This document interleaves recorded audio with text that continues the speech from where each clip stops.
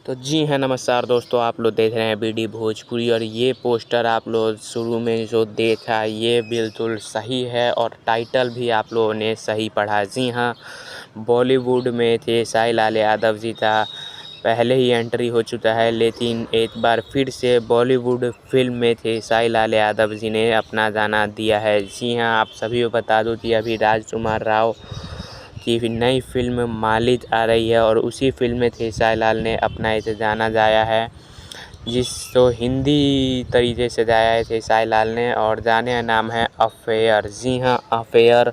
Music काफ़ी ज़बरदस्त है और खेसारी लाल ने गाया भी काफ़ी ज़बरदस्त तरीके से है।